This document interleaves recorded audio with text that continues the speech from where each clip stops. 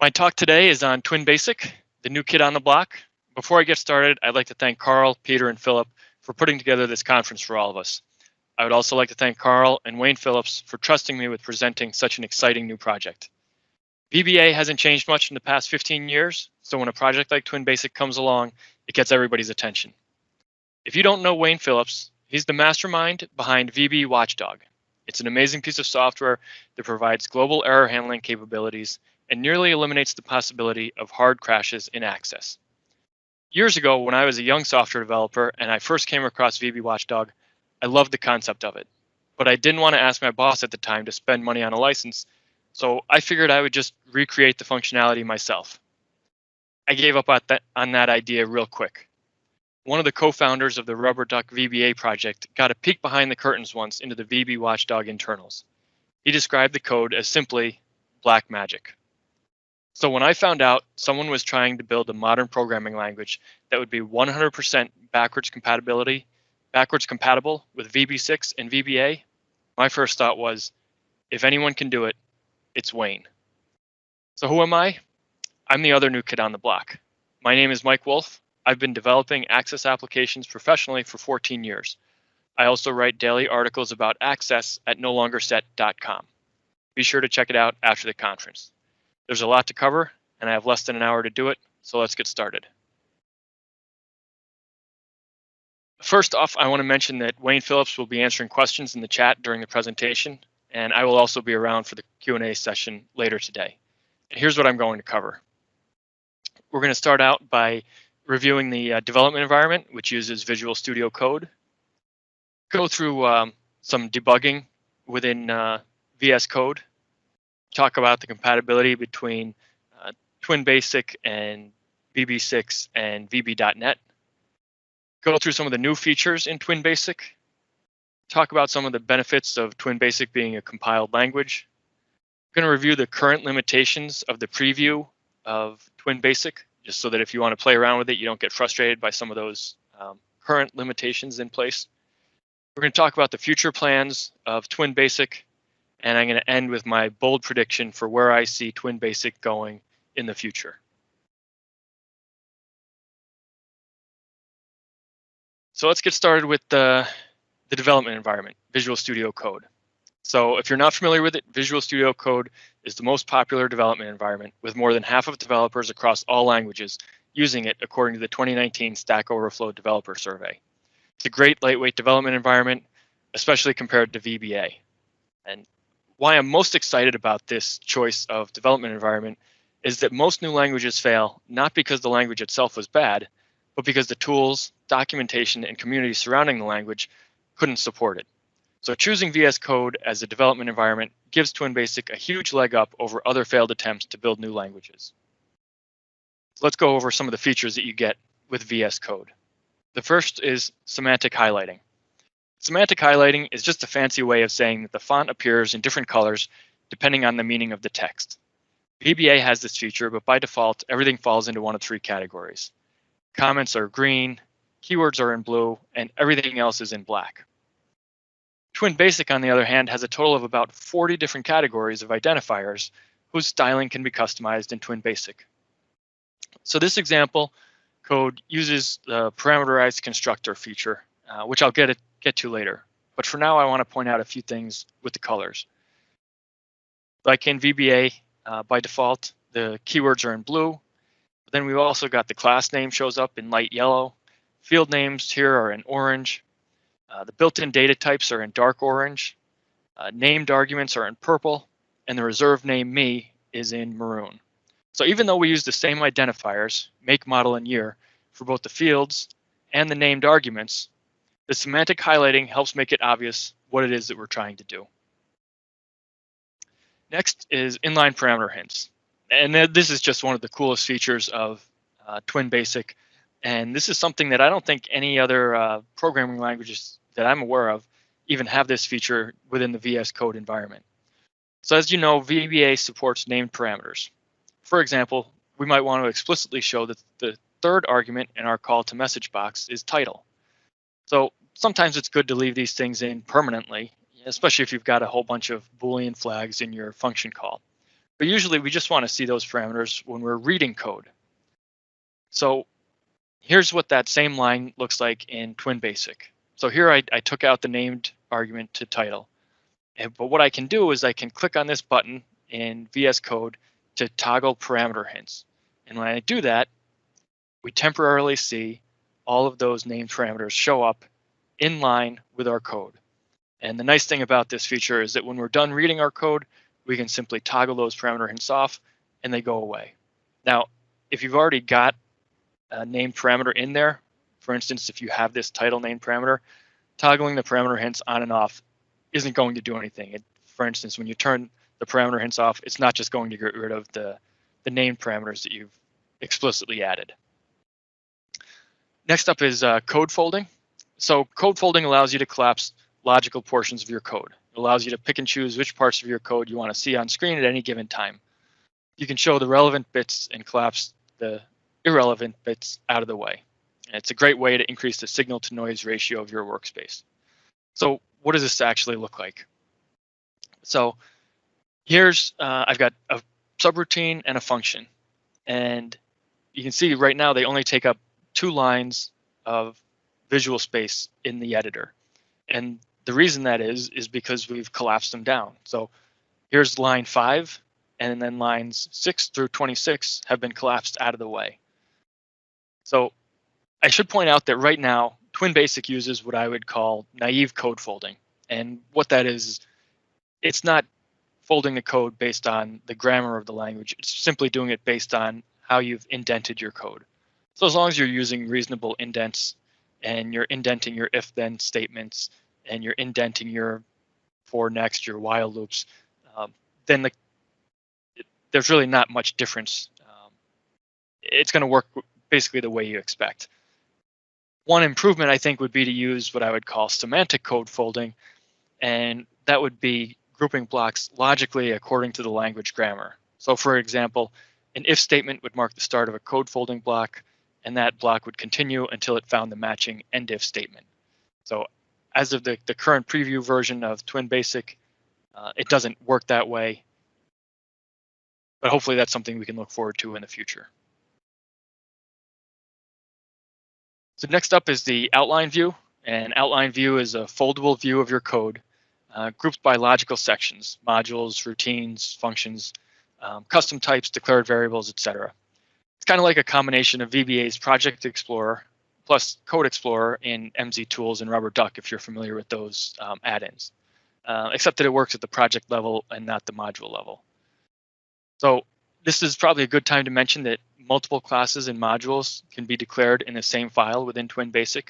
So this could be a single file that has 2 different modules in it, a hello world module and then another module for test IP address.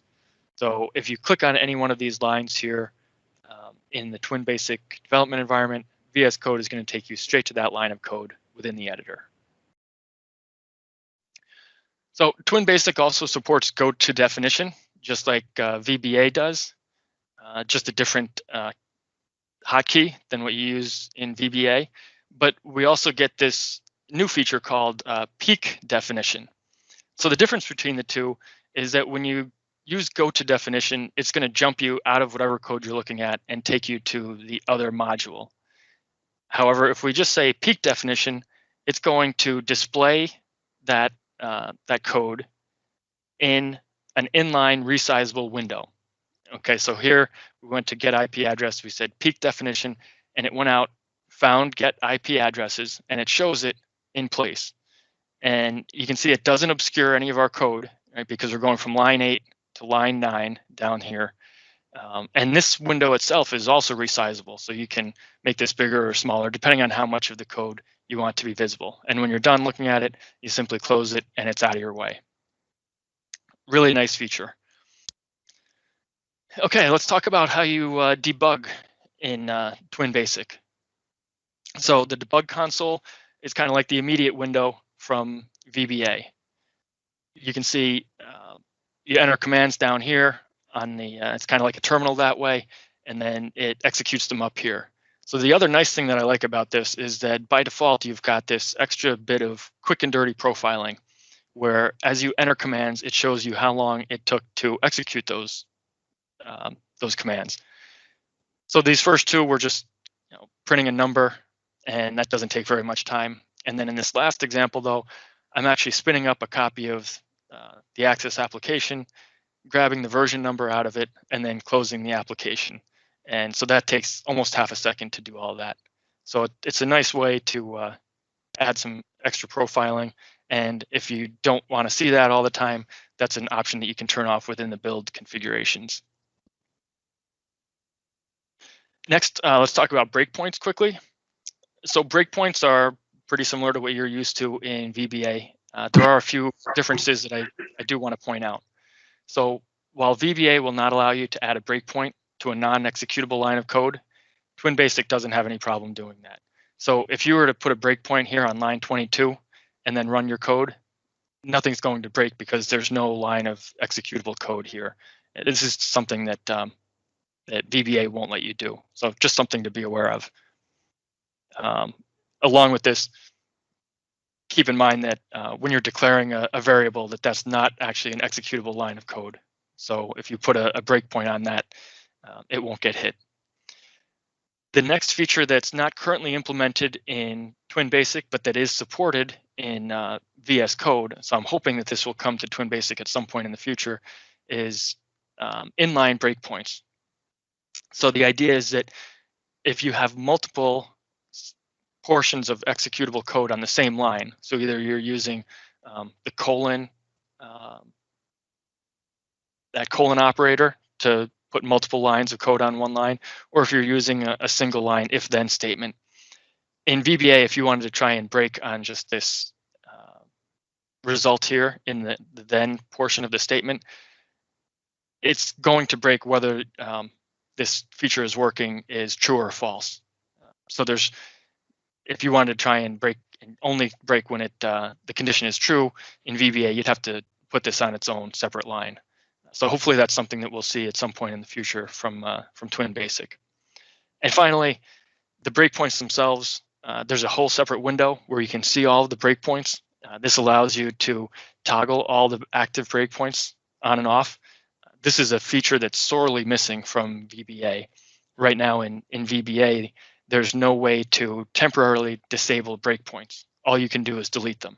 And if you've gone through and you're troubleshooting some code and you've got about 10 different breakpoints spread out everywhere, and you want to just temporarily turn those off so that you can run through your code quickly, the only option you have right now is to delete everything and then delete all the breakpoints. And then if you want to put them back in, you have to manually go back through and do that. So with twinBasic, you have this option to just toggle them on and off so that they're temporarily disabled. And then it also lists where all those breakpoints are, and you can click on these lines and it'll take you straight to that line of code within your code. Next up is the locals window. This is pretty typical to what you have in VBA. The one feature that I do really like is that for object references, it shows the address of that object in memory. So where this is useful is if you're trying to troubleshoot some code where you've got multiple objects, say you're assigning objects to a collection, it can show you, you can look here and you can, just by looking at the memory address, you can see that these two are the same object. So the first element of the lot collection is the same as our auto object, and then the second element of our lot collection, that's the same as our vehicle object. So the numbers themselves don't really mean anything other than it makes it easy to see when you're dealing with the same object reference. Next up is the watch window. And again, you can watch expressions in twinBasic the same way you can in VBA. Currently, twinBasic does not give you this option, which is honestly a really nice option. If you're not using it already in VBA, it's a great way to troubleshoot some code where you've got a value that's changing, and it's nested like 5 calls deep in your call stack. These two options are not currently supported in twinBasic, but Wayne assures me that that's on the list of things to do. And then next up is the call stack window. Again, this is pretty similar to what you have in VBA. The one thing that I will point out is that because twinBasic is multi-threaded, you'll see each thread will have its own individual call stack. And then within the call stacks, you can click on any of these lines and it'll jump you right to that line of code straight from the call stack. Okay, so let's take a minute and talk about the compatibility. And in particular, I want to talk about the compatibility between VBA/VB6, VB.NET, and twinBasic. So in the beginning, there was VBA and VB6. Then VB.NET came along. The two languages shared similar syntax, but there are many fundamental differences between the two. Most importantly, VB.NET did not completely overlap with VBA. So code that worked in VBA and VB6 did not necessarily work in VB.NET. So if you wanted to take your code that was already working in VB6 and get it working in VB.NET, it wasn't as simple as just copying and pasting. There are some migration tools that people built with varying levels of sophistication, but it was never a one-click operation to move a VB6 project into VB.NET. And some of that is just the fundamental differences between the two languages. On the other hand, twinBasic's goal is to provide full compatibility with VBA and VB6. So you notice how the twinBasic circle completely envelops the VBA VB6 circle. There's also an awful lot of overlap with VB.NET, and I've made this two circles roughly the same size because honestly I think they have similar feature sets. As we go through, you're going to see there's a lot of overlap in the new syntax that was added in twinBasic. And there are some advantages to twinBasic that you don't get with VB.NET in terms of creating lighter weight executables and making it easier to create COM add-ins. Okay, so why is it important that twinBasic is going to have 100% backwards compatibility? And the main reason is something that's called the Pareto principle, also known as the 80-20 rule. So the idea is that, as most of you know, the hardest 20% of the code takes about 80% of the time. Or to put it another way, the difference between 100% compatible and 99% compatible is way more than 1%. So to talk about that difference between 99% and 100%, I want to talk about a quick story here. So on the twinBasic website, Wayne puts, our top priority has been to make sure that we copy every last quirk or feature found in the legacy VB6 compiler. And this reminds me of a story that Joel Spolsky told about Windows and SimCity. The DOS version of SimCity had a critical bug in it. It reused memory immediately after freeing it instead of requesting new memory from the OS. This happened to work in DOS, but it failed under Windows, probably because Windows supported running multiple programs at the same time. So to be clear, the bug was in the SimCity code. But because of Microsoft's obsession with backwards compatibility, especially at the time, and because they probably knew they'd be blamed for the bug even though it wasn't really their bug, they added special memory handling code just for SimCity. That's the kind of attention to detail that you need to be able to promise 100% backwards compatibility. So how do you actually accomplish that? So the only sane way to do it is to just test, and do more tests. And by tests, I mean specifically automated tests. So according to Wayne, he already has thousands of tests in place to ensure that twinBasic mimics those nuances that would trip up a naive compiler. Now, the wonderful thing about automated tests is that they guard against regressions. With automated tests, you can keep addressing all the little quirks without worrying about breaking other functionality that you already have working. So in order to achieve 100% backwards compatibility, you need to report every bug and corner case that you come across. So to support that, Wayne has set up a GitHub project to manage bug reports and feature requests. And if you want to contribute to that, the easiest way to do that is to go to twinbasic.com, scroll down to the Getting Help section, and Wayne has a couple of links in there where you can go straight into GitHub and post those issues. I should point out that this is not an open source project, so the GitHub project page is simply for collecting issues and tracking bugs. It's not the actual source code.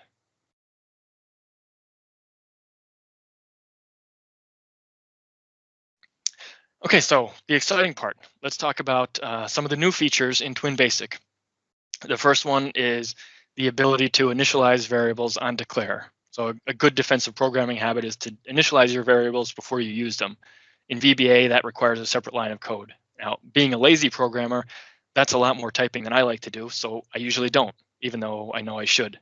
With this syntax, though, it's a lot faster and more compact to initialize your variables. And while this might not seem like a big deal, it reduces the friction required to following good programming practices.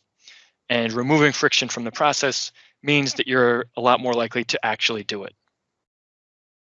Next is the return syntax and functions. If you've done anything in VB.NET or honestly in other programming languages, this is going to look really familiar to you. One of the things that I found most awkward when I first started writing VBA was that in order to return a value from a function, you had to assign that value to this magical identifier that happened to be the same name as the function, and return our, that just feels like a more natural way to write code. One thing to keep in mind with this is that when you use the return syntax, it's kind of like including an implicit exit function call immediately after the return line. So up here with our traditional approach, we return our value by setting it here, and then we can run some cleanup afterwards. With the return syntax, as soon as you return, it exits the function, so any cleanup code that you have afterwards is never going to run. So just something to be in mind. One last point about the new return syntax. In order to maintain full backwards compatibility with VB6 and VBA, you can't use this new syntax within a procedure that contains go_sub subroutines. Hopefully nobody's still writing those, but if you've got existing code, just know that it's not going to break even if it's using go_subs when it comes forward. Next up is parameterized constructors. So what this is in addition to the familiar class initialize method, we can now create multiple public methods named new and pass 0 or more variables to those methods. So why is this important? Right now, there's no way in VBA to pass arguments when you're creating a new instance of an object. So that's a useful thing to be able to do. For instance, if you want to be able to pass like write once properties, you want to set a property for your class at the very beginning and want to make sure that there's no way that that's going to change once your object has been instantiated. There's no way to do that currently in VBA. That's something that you will be able to do now. And again, if you're familiar with VB.NET, this syntax should look very familiar. Okay, you've got the new function call. And so then in our code, when we're creating a new instance of our class, we can say set vehicle equal to new oVehicle.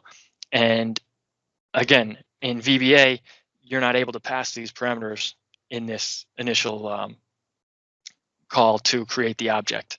So that's a really nice feature. That's really a glaring omission from the current VBA language. So it is important to point out that this is not directly compatible with COM visible classes.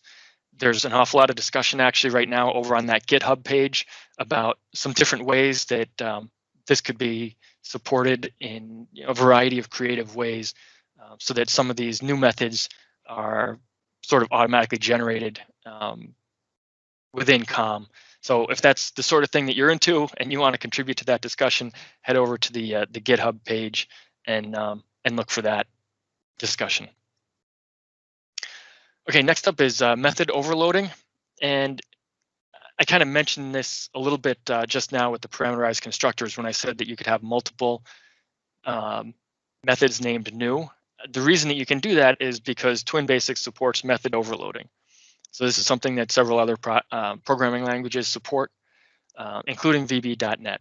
So what I have here is 3 different functions, but they're all named have. Okay, so depending on what gets passed to this function, I'm going to handle it differently. So if it's a string, I want to return the first half of the string. If it's a single precision floating point number, I simply divide it in half. And if it's a currency, I divide it in half and then round to the nearest cent. So let's call these three identically named functions to see what we get. The first one, since I used integer division in the string version, the 9 characters were truncated to 4 when I divided it in half. So we just get twin, the first 4 letters of the string. And here's I'm passing it a single, and when that gets divided, we're left over this half, this extra decimal point. And when I do that with the currency, it's going to round it to the nearest cent. So keep in mind, this is handy, but it's also the sort of thing you need to be careful with. It's really easy to get too clever with a feature like this, and clever code is usually bad code because it's harder to maintain, harder to read than it is to write. But it's a powerful feature if you use it judiciously. Next up is short-circuiting Booleans. So as you may or may not know, in VBA, when you're evaluating an AND operation, VBA is going to evaluate both conditionals. So it's going to evaluate the false part, it's going to evaluate false here, and then it's going to divide 1 by 0. So in Boolean logic, there's no need to actually do this in this case. When you have an AND, the AND is only going to return true if both sides of the operation are true. So in this case, the first part is false. So it doesn't matter what this other part is. There's no need to evaluate it. But VBA is going to do that anyway. And so if you run this in VBA or in twinBasic for that matter, it's going to throw an error at runtime because of the division by 0. So twinBasic, again, like VB.NET, offers the and also syntax. And this does explicit Boolean short circuit operations. So if the first argument is false, and also doesn't care what the next argument is, because it doesn't make a difference what the next argument is, the whole thing is going to evaluate to false. And so you can, where this is handy is when you're checking, say, an object property, and you want to check first to see if that object is nothing. And if the object is not nothing, then you'll check the property. So the and also is a nice way to be able to do that. Or else is the same idea, except with a true condition versus the false condition. So if the first condition is true, or else is going to stop evaluating. It's not even going to look at the second condition because it doesn't matter what this is. The statement itself is going to be true. So the third one I want to cover is the ternary if statement. This is not exactly short-circuiting Boolean logic, but it's similar. So in VBA, we have an immediate if function. So it's important to point out that this is a function, which means that before it gets called, each of the parameters within that function has to be evaluated. So even though the condition is true, and what's going to be returned is this string, the immediate if function is also going to evaluate. It's also going to divide 1 by 0, and you're going to get that division by 0 error. So with the if statement, again, this is just a limitation of, because it's a function, there's nothing we can do about that. But with an if statement, even though it looks like it's similar syntax, it's doing something completely different behind the scenes. It's evaluating this conditional first, and then it's returning either the true part or the false part, but it's not evaluating both. It's only evaluating the one that it needs to return. On an interesting side note, if you use immediate if inside of a query, the JET language, the JET ACE language, immediate if is also a statement. So you get this same kind of logic if you do this inside of a query, or even inside of a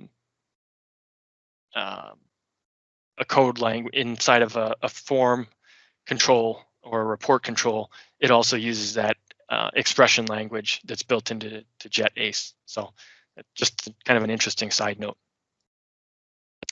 The last new feature that I'm going to cover in detail are some of the syntax conveniences. So in VBA, we would have to say if not object is nothing, which just sounds awkward. So the is not operator, again, something that you see in VB.NET. Also, if you want to be able to skip to the next iteration of a loop, the only way to do that currently in VBA is with a go-to statement. So we've got this additional language that's been added to be able to skip to the next iteration of a loop. And finally, twinBasic has added support for augmented assignment operators, often referred to as simply increment and decrement operators, but you can also do multiplication and division. So what this is saying is it's taking the value of the variable I, it's adding 42 to whatever that value is, and it's storing the new value inside of I. And the same thing, you can do this with strings, so you can append the letter A to whatever is currently in the string S. And as I said, there's about 7 or 8 additional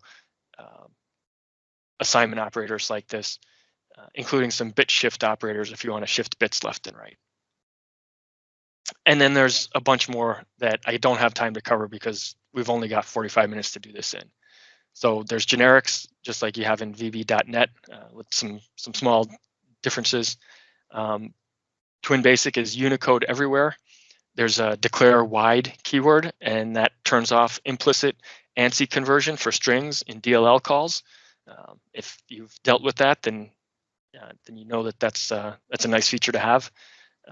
There's also some standard libraries that are forthcoming, WebEx and VB Watchdog. So VB Watchdog should be similar to what's in VBA, and WebEx will be a high-performance multi-threaded web server. There's also per procedure handles and implements, which is similar to VB.NET. I mentioned earlier you can have multiple modules in a single file, and this is actually a requirement for the time being. Eventually, external file links will be allowed, and you'll be able to have multiple twin project files, but there's a known caching issue. So what's nice about this is if you've got a set, so I have a lot of modules that I keep in my standard code library, and a lot of times I have a standard module and a class module that logically go together, and so it's nice. It'll be nice to be able to put those all into a single file, make it easier to manage your code that way.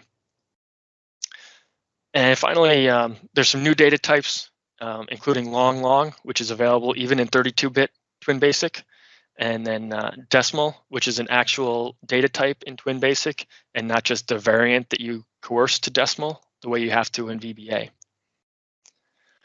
Okay, so let's talk about some of the benefits of compilation. First of all, native code is faster. VBA is interpreted. twinBasic is going to be, you'll have the option to compile it, and that will let us create ActiveX DLLs that we can then call from our VBA code by going up to tools and references. We can also create lightweight executables. And when I say lightweight, I mean really lightweight. 8K for just a standard Hello World project. That's super lightweight, as I'll show here in a minute. And most importantly, it requires no runtime. So as we know, Microsoft Access has gotten kind of fat in its old age. The runtime now for 2016 is up to over 300 meg. Java is a 670 meg runtime. Even .NET Framework and .NET Core. I realize that this is built into Windows now, but still, you've got this external dependency that you're dealing with. Even VB6 has a dependency on the msvb vm60.dll. twinBasic doesn't even require that. Its only runtime dependencies are basically the standard system DLL, so kernel 32, OLE 32, user 32, some of those. And then we get down here to some other languages that do not require a runtime, Go, AutoHotkey. And part of the way that they get around that lack of a runtime requirement is that they statically include a bunch of the features of their language into the executable. So even if you're just doing a basic hello world, you're looking at about 2 megs in Go, another a meg in AutoHotkey, but really tiny in twinBasic. So just a nice feature to keep in mind. Okay, so I want to go through some of the current limitations of twinBasic. And the main reason I want to point these out is if you want to go and you want to start playing around with this language, these are some of the things you need to be aware of. It's going to save you some frustration. So first off, generic error descriptions. And so here I make the common mistake of forgetting to create a new instance of an object before using it. In twinBasic, twinBasic says, you made a mistake, dummy. It's an unspecified error. VBA says, this is the mistake you made, dummy. So I actually did this. I'm speaking from experience because I emailed Wayne to say, Wayne, I think you've got a bug in your language. And I think Wayne emailed me back and said, Mike, I think you forgot to declare your object or instantiate your object. So the rest of these limitations are going to trip you up, mainly if you're copying and pasting code from VBA into twinBasic. So just be aware of some of these. There's currently no like operator implemented. Of course, these are all going to be implemented at some point. And to give you an idea of how quickly the language is evolving, I had this in my presentation on Wednesday when I rehearsed it with Wayne. And of course, yesterday, he released support for global and module level variables. So that is in the language now. The debug.print syntax is not supported, and that's the special syntax where you can use semicolons and commas to concatenate strings and put in tabs. So in the meantime, you just need to use regular strings. There's no built-in file operations, so file statements like open and close, or file system functions like dir, subroutines like kill, those are not currently supported yet. Most of that functionality you can get through the file system object. So here are some of the future plans, and I'll go through these relatively quickly. There's going to be a GUI framework at some point with full backwards compatibility with existing VB6 forms. There's going to be Git integration into VS Code. So the twin project file is kind of like a zip file. It's mostly plain text inside there, but there is some other binary mixed in, and there's no real guarantee to the order that modules and settings and things show up within that twin project file. So at some point there will be VS Code integration. Excuse me, I hope at some point we'll have the ability to use other version control systems without having to have it integrated through VS Code, but at least for now, that's the plan. And that'll be done via a Git provider for VS Code. So that's forthcoming. Multi-threading. So this actually is working within the language. It just requires some new syntax to support it. There's a special syntax you can use at the debug console. If you prefix the call with the tilde character, you can actually run that call in a new thread. So you can do that and see that it is working. 64-bit support. Eventually that's going to, that will require a commercial license when that comes out. Wayne's plan is to leave all the features available in 32-bit and only make you buy a license if you want to have that 64-bit support. So for now, you can design with 64-bit in mind as far as API calls and that kind of thing. You just won't be able to compile to 64-bit yet or link to 64-bit libraries. And last is cross-platform support via the LLVM compiler infrastructure project, which is a collection of modular and reusable compiler and toolchain technologies. So one of the things that I really liked about the approach that Wayne took is that wherever it was possible, he's building on, he's not trying to reinvent the wheel all over the place. It's hard enough to create a new language.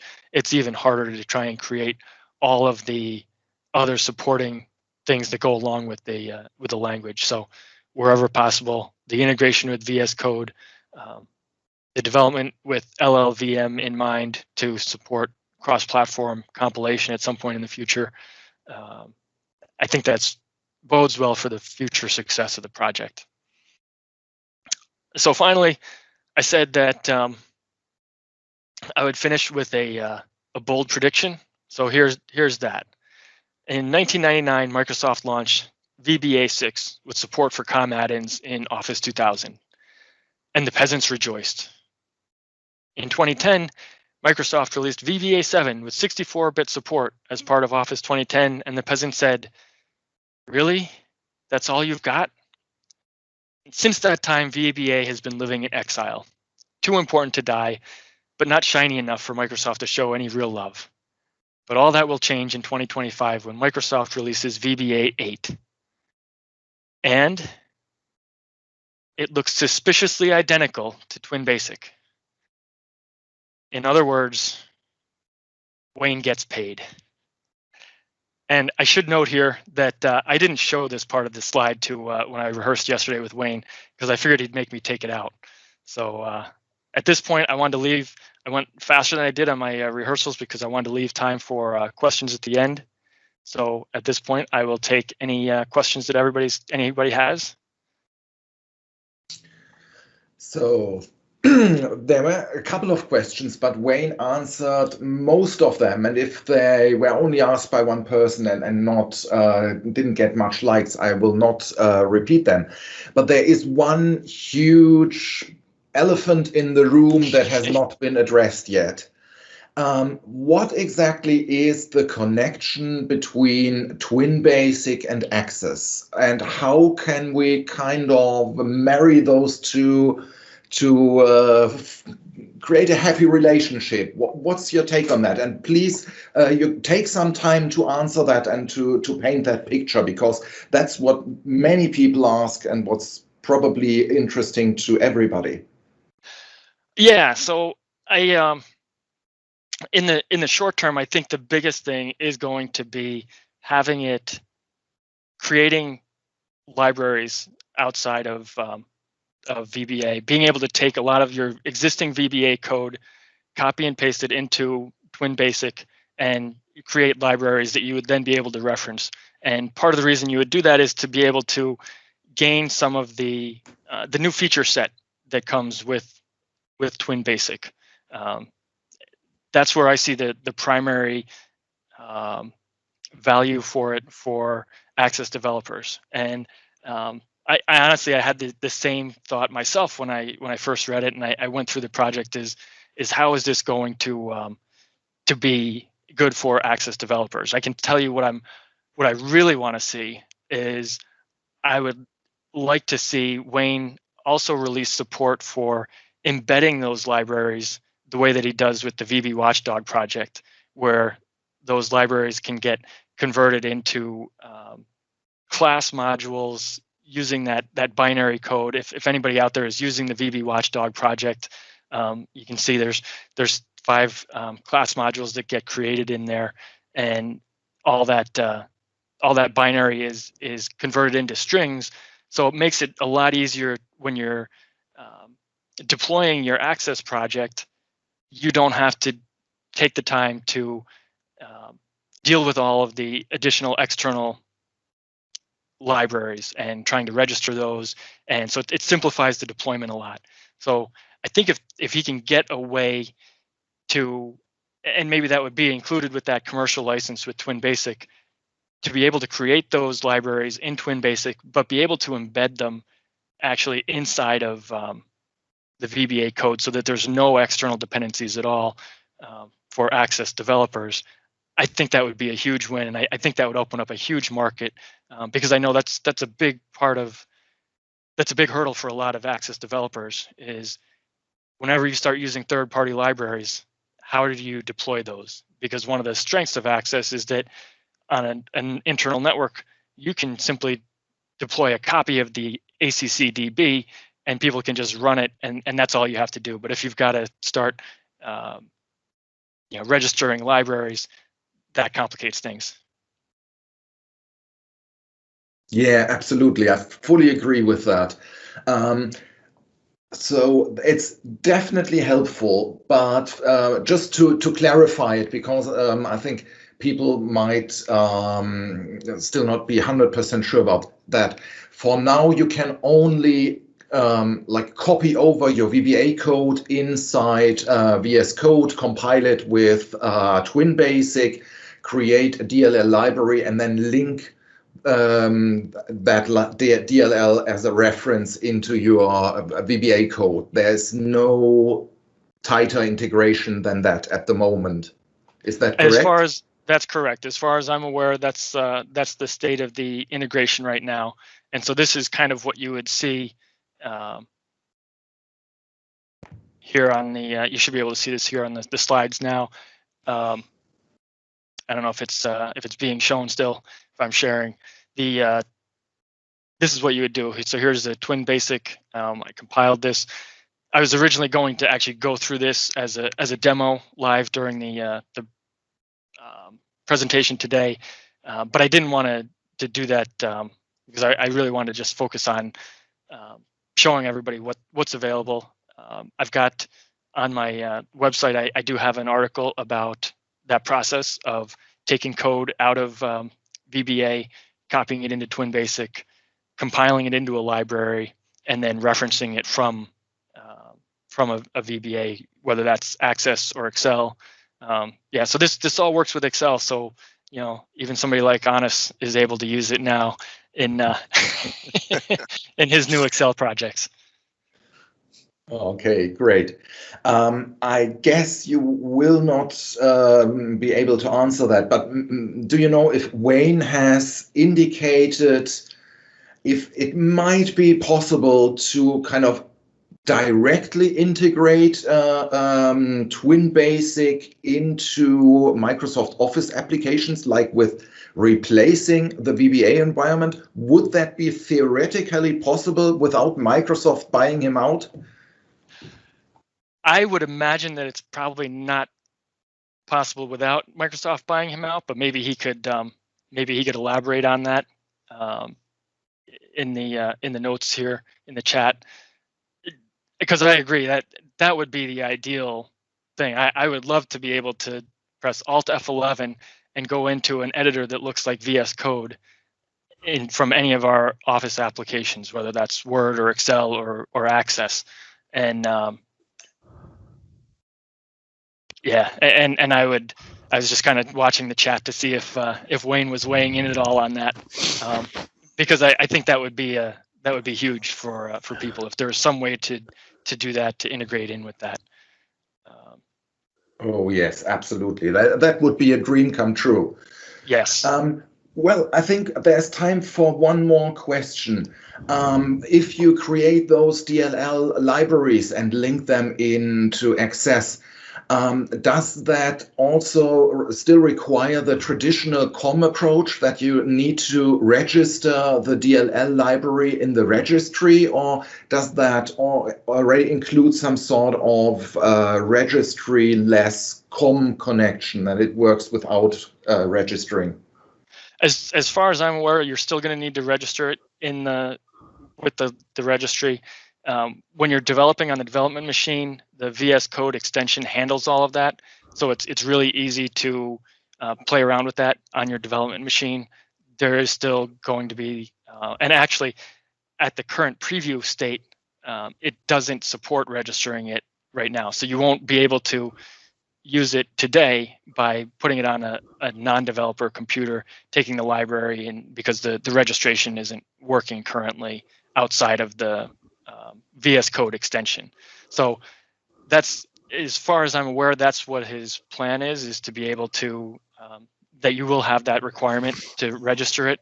And that's why I'm hoping that, I know it's possible because that's how he does VB Watchdog, where you've got a handful of class modules that have they take that binary code, they convert it into strings, and then he loads those strings into memory so that it's some kind of magic. And I'm hoping that he'll have something like that, because that would certainly make it a lot easier for developers, Access developers, to be able to include that in with their code. Oh yes, definitely.